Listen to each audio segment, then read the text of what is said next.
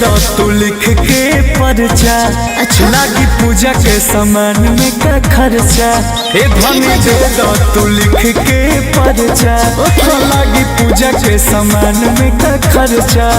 घरे आवतारी माई मोरा दुलहरी।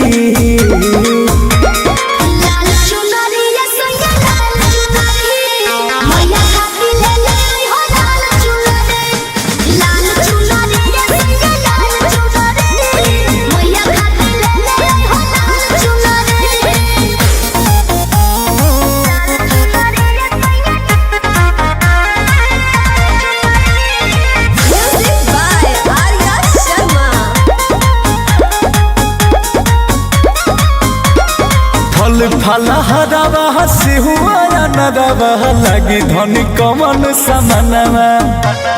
कई गो तू काला सहनो में रखबू कई गो तू बड़ बुधियानवा धनी हो। अच्छा सुन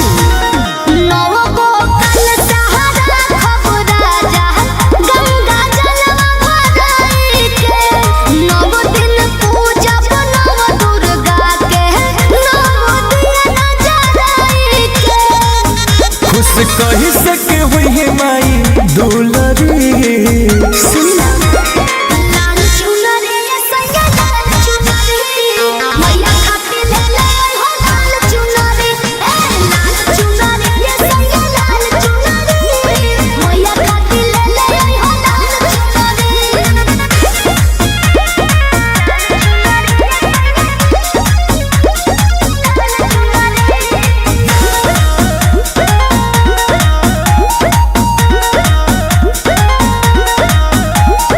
कई किलो घिउआ के पुड़िया पकैबू कई किलो दूधवा के खीरावा।